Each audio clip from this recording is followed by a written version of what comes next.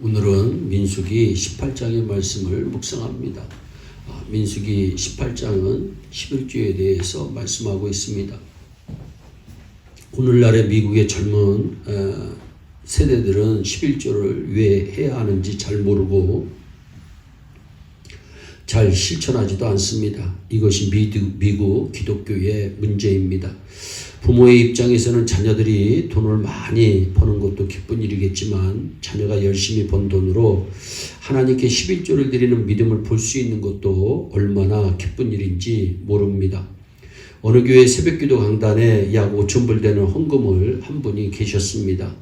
한 권사님의 아들이 직장생활이 바빠서 교회에 잘 나오지 못했는데 그동안 드리지 못했던 11조를 계산해 그것을 현금으로 권사님을 통해 하나님께 드린 것입니다. 믿음으로 살려고 하는 아들의 마음이 권사님을 기쁘게 합니다. 결론적으로 말씀드리면 우리가 가진 모든 재물의 10분의 1은 하나님의 것입니다. 하나님의 것은 하나님께 드리고 그 이상도 드려야 합니다. 그렇다면 왜 10분의 1을 하나님께 드려야 할까요? 11조는 구약시대와 신약시대를 막론하고 하나님의 일꾼에 대한 경제적 필요를 채워주는 지원이었습니다. 민수기 18장 20절로 21절에 보면 여호와께서 또 아론에게 말합니다. 너는 이스라엘 자손의 땅에 기업도 없겠고 그들 중에 아무 분깃도 없을 것이나 나는 이스라엘 자손 중에 내 분깃이요 내 기업이니라. 내가 이스라엘의 11조를 레위 자손에게 기업으로 다 주어서 그들의 하는 일, 그 회막에서 하는 일을 갚는다 말씀합니다. 하나님께서는 레위 자손들에게 11조를 주셔서 회막, 성막에서 하는 일의 보수를 받게 하셨습니다. 하나님께서 땅을 주시지 않고 오로지 회막에서 하나님을 섬기는 일만 하라고 지정해 주셨기 때문에 나머지 지파의 11조를 가지고 먹고 사는 것입니다. 그렇기 때문에 이 11조를 주의 11조라고 부릅니다. 그러나 레위인들이 이 11조를 사용할지라도 이 11조는 레위인에게 드리는 것이 아니라 하나님께 드리는 것입니다. 그렇기 때문에 레위인들도 11조의 11조를 또 드렸습니다. 26절입니다. 너는 레위인에게 말해라. 11조를 너희가 그들에게 취할 때에 그 11조의 11조를 하나님께 드릴 것이니라. 우리가 11조를 드릴 때 이 11조는 목사나 교회에 드리는 것이 아닙니다. 11조는 하나님께 드리는 것이며 하나님께서 받으신 이 11조를 주의 일을 하는 사람들이 보수로 먼저 받는다는 의미입니다. 하나님은 11조를 가리켜서 아름다운 것이며 거룩하게 한 부분이라고 29절에 말씀합니다. 그런데 어떤 사람들은 11조란 구약시대에나 있는 원리지 신약시대의 원리는 아니라고 비판합니다. 그러나 신약 성경에서도 예수님께서 11조의 행함을 인정하셨습니다. 그리고 칭찬까지 하셨습니다. 마태복음 23장 23절에 예수님은 서기관들과 바리새인들을 향해서 너희가 박하와 회양과 근처의 11조를 드리되 율법에 더 중한 바 의와 인과 신은 버렸더라. 그러나 이것도 행하고 저것도 버리지 말아야 할지니라 분명히 말씀합니다. 의와 인과 신도 중요하지만 11조를 드리는 행함도 무시해서는 안 된다는 사실을 예수님께서 직접 말씀하신 것입니다.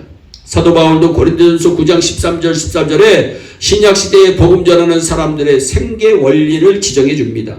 구약시대 레위인들이 11조를 의존해서 먹고 살았듯이 신약시대에 복음 전하는 자들도 마찬가지 이런 원리를 의존해서 살아야 하는 것입니다. 그래서 복음 전하는 자들이 복음으로 말미암아 살리라. 성전의 일을 하는 이들은 성전에서 나는 것을 먹는다. 이렇게 고린도전서 9장은 말씀하고 있는 것입니다. 오늘날에 와서는 여러분이 드리는 11조를 통해서 교역자들과 교회의 살림이 이루어지고 있는 것입니다. 두 번째로 11조는 하나님이 창조주이시며 만물의 소유권자이심을 인정하는 믿음의 행위입니다. 시편 23편 4편 1절에 땅과 거기 충만한 것과 세계와 그 중에 거하는 자가 다 여호와의 것이로다 말씀하고 있습니다. 온 세상의 주인은 여호와 하나님이시기 때문에 내가 가진 모든 재물의 주인도 여호와 하나님이십니다. 우리의 모든 수익도 100% 하나님께서 주시는 것입니다. 하나님께서 안 주시면 우리는 1불도 벌 수가 없습니다.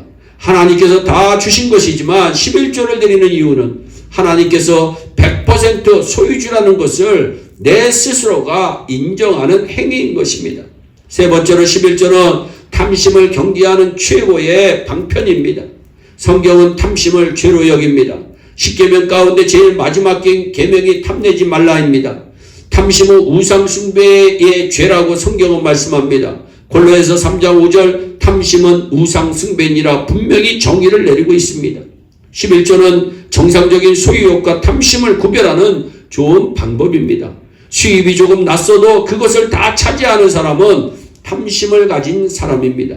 그러나 많이 벌어도 11조를 드리는 사람은 탐심이 없는 사람입니다. 예수님께서 마태복음 6장 21절에 내 보물이 있는 그곳에는 네 마음도 있다 말씀합니다. 11조를 드리는 사람은 11조와 함께 그 마음을 하나님께 드리는 것입니다. 그러나 11조까지 모두 차지하는 사람은 물질에 마음을 빼앗겨 우상 섬기듯 섬기는 사람입니다. 11조를 많이 하는 것은 소득이 많아졌다는 것이고 하나님께서 내게 복을 주셨다는 증거입니다. 그러므로 11조를 깎을 생각은 추호도 하지 마시고 하나님 올해는 11조를 더 많이 드리도록 나의 삶을 풍성하도록 복을 내려 주시옵소서 기도해야 됩니다. 11조를 많이 드리면 소득도 더욱 많아지고 탐심도 경계하는 성도가 될 줄로 믿습니다. 마지막으로 11조는 하나님께서 성도들에게 물질의 복을 내려 주신다는 원리입니다. 그러니까 11조를 통해서 성도는 복을 받는 겁니다. 하나님께서 11조를 통해서 성도들에게 물질의 복을 주십니다. 고린도후서 9장 6절에 이것이고 적게 심는 자는 적게 거두고 많이 심는 자는 많이 거둔다는 말이로다 성경은 말씀하고 있습니다. 11조는 오래 생각할 필요 없이 그저 실천하면 되는 것입니다. 아브라함과 야곱도 11조를 드렸고 구약의 율법도 11조의 실천을 강조합니다. 예수님께서도 11조를 인정하시고 칭찬하셨으며 사도 바울도 11조를 통해 복음 전하는 자들을 도우라고 말씀하고 있습니다. 이처럼 11조는 신구약을 통틀어 제정된 하나님의 원리입니다. 그러므로 우리는 반드시 11조를 실천하고 우리 자녀들도 실천하도록 가르쳐야 할 것입니다. 11조를 통해 여러분의 가정과 우리 교회와 우리 국가와 축복을 받는 역사가 있게 되기를 주 예수 그리스도의 이름으로 축원합니다. 기도하겠습니다. 사랑의 하나님 참 감사합니다. 하나님 11조를 통해 우리에게 복을 내려주시는 하나님을 찬양합니다. 예수교회 온 성도들이 11조의 큰 복을 받아 누리게 하여 주시옵소서. 11조를 통해 물질의 복을 받게 하시고 11조가 풍성해지게 하시고 많아지게 하여 주시옵소서. 감사하고 예수님의 이름으로 기도하옵나이다. 아멘.